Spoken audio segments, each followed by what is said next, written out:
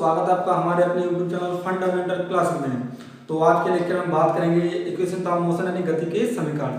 देखिए first lecture में आपको बताया था कि जो गति के समीकरण होते हैं वो तीन होते हैं और गति के समीकरण गैलीलियो ने दिए थे। तो तीनों समीकरण आपको बता देते हैं, लेकिन बहुत ही उससे भी कई ज्यादा इंपॉर्टेंट है गति के समीकरण का निगमन। हर बार ये एग्जाम में पूछा जाने वाला क्वेश्चन है गति के समीकरण। यहाँ से एक समीकरण जरूर पूछा जाता है, तो प्रथम समीकरण या द्वितीय या फिर इसका तृतीय समीकरण। तो दो मेथड होते हैं इसको समीकरण को सॉल्व करने के।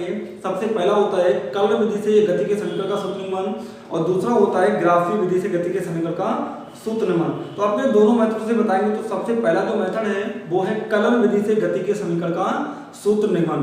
तो सबसे पहला हम आपको प्रथम समीकरण कराएंगे। तो ये लेक्चर स्टार्ट होने से पहले अगर आपने हमारे चैनल को अभी तक सब्सक्राइब नहीं किया तो प्लीज हमारे चैनल को सब्सक्राइब करें और इसके पास में बेल आइकन तो उसको प्रेस करें। तो आइए देखते हैं गति के प्रथम समीकरण के लिए किस तरह से प्रूव करते हैं। बहुत ही महत्वपूर्ण प्रश्न है, ये 4 नंबर का क्वेश्चन 100% पूछा जाता है। तो देखते हैं, देखिए गति के प्रथम समीकरण का निगमन किस तरह से करते हैं। फर्स्ट का देखते हैं, देखिए तात्क्षणिक त्वरण की परिभाषा से निकालते हैं। यहाँ पर तात्क्षणिक त्वरण की परिभाषा से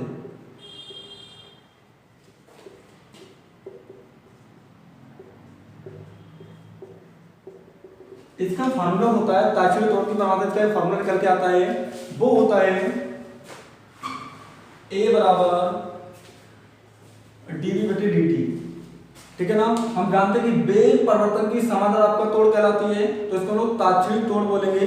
किसी वस्तु के अत्यंत सूक्ष्म जो एक्सीलरेशन होता है वो आपका त्वरण कहलाता है। ध्यान देना। तो यहाँ पर क्या करेंगे, इसके लिए सबसे पहली चीज A बराबर dv/dt हो गया। dt बटे में आपकी गुणा में आ जाएगी। dt कहाँ है, बटे में, तो आपको पूरी गुणा में आ जाएगी। तो ध्यान देना आपको क्या करती है, तो A × dt आपका हो जाएगा dv। A × dt आपका क्या हो जाएगा, dv हो जाएगा। इसके पश्चात हम पर क्या करेंगे हम लोग, देखिए आपको हम बता दें, ये गति का समीकरण प्रथम होता है b बराबर u + at। ये आखिर है क्या कि कोई भी वस्तु है जब वो प्रारंभिक वेग u से चलना प्रारंभ करती है और एक समान त्वरण a से चलती हुई t समय के पश्चात अंतिम वेग v प्राप्त कर लेती है। तो सबसे पहली चीज आपको हम बताएंगे यहाँ पर कि देखिए जो u होता है वो होता है वस्तु का प्रारंभिक वेग। जब कोई वस्तु चलना प्रारंभ करती है तो वहां पर उसका वेग होता है, वो होता है इसका प्रारंभिक वेग। और जब वो चलती है तो एक समान त्वरण से चलती है तो त्वरण को a से लिखते हैं, तो कोई भी समय लगता है उसको चलने में उसको t से लिखते हैं, और जहां पर वो रुकती है उसको हम लोग किससे लिखते हैं, b से लिखते हैं। ठीक है ना। तो u हो गया प्रारंभिक वेग, b हो गया अंतिम वेग, a हो गया है त्वरण और t हो गया है समय। देखिए इसके पश्चात क्या करते हैं, यहाँ पर a × dt बराबर dv आ गया। अब यहाँ पर हम लोग करेंगे इसका समाकलन। क्या करेंगे, समाकलन।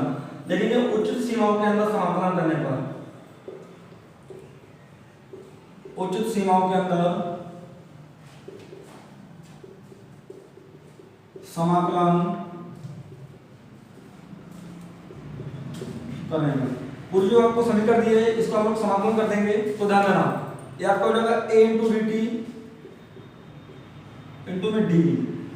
देखिए समाकलन यहाँ पर यूज किया जाता है 11th में, आपको उसका पूरा जो आपका विवरण है समाकलन को 12th में पढ़ने को मिलेगा। इसका हम बेसिक फार्मूला बता देते हैं। अगर इस तरह का कोई फंक्शन दिया है 1 × dx, तो इसका जो बेसिकली समाकलन आता है वो आपका आता है x। कितना आता है, अगर आपको दिया है 1 × dx बराबर इसका x आता है। कभी भी फंक्शन ऐसे दे देते हैं लोग कि a × dx।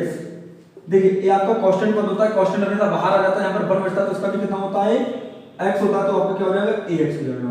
देखिए ये तो आपका कांस्टेंट बाहर आ गया, लेकिन वर्ग का कितना हो गया, यहाँ पर x हो गया।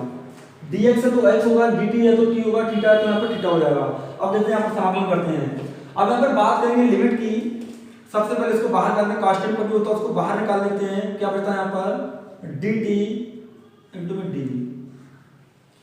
लिमिट की बात करेंगे, लिमिट किस तरह से लिमिट लगाई जाती है। देखिए कोई भी वस्तु है जब वो चलना प्रारंभ करती है वहां पे उसकी इनिशियल वेलोसिटी यानी उसकी जो प्रारंभिक वेग होता है वो u होता है। जब कोई वस्तु चलना प्रारंभ करती है तो प्रारंभिक वेग u से गति, वहां पे उसका टाइम होता है वो 0 होता है, क्योंकि जब कोई वस्तु चलना प्रारंभ करती है तो वहां पे कोई भी टाइम नहीं होता, टाइम हमेशा कितना होता है, 0 होता है। लेकिन जब वो चलती है एक समान तौर से, जब उसका अंतिम वेग v हो जाता है, जहां पे वो रुकती है, तो जब u से जब वो v तक आती है तो यहां से यहां तक आने में इसको कुछ टाइम लगता है। यानी कि वहां पर बात करें जो टाइम होता है वो 0 के बराबर नहीं होता है। तो जब वो प्रारंभिक वेग u से चलना प्रारंभ करती है एंड वो जहां पर रुकती है वो होता है इसका अंतिम वेग, तो यहां से यहां तक आने में इसको क्या लगता है, टाइम। तो वो मैंने मान लिया टाइम कितना है, t हो गया।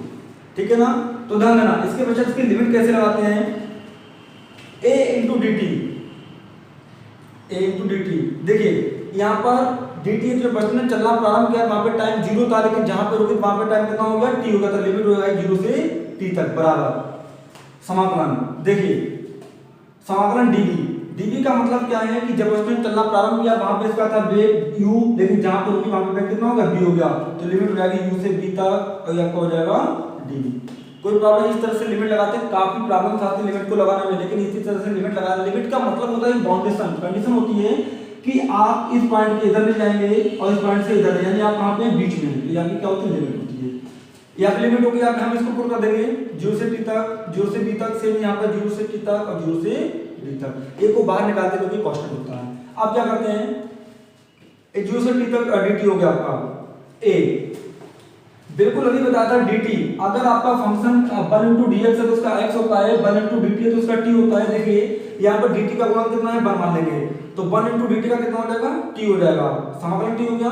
इसके पश्चात जो समाकलन का चिन्ह होता है वो हट जाता है और लिमिट लगा देते हैं 0 से t तक, ठीक है, बराबर। यहाँ पर dv तो 1 into में मान लेंगे, तो मैंने बोला ना 1 into dx equal to x, 1 into dt equal to t and 1 into dv equal to b।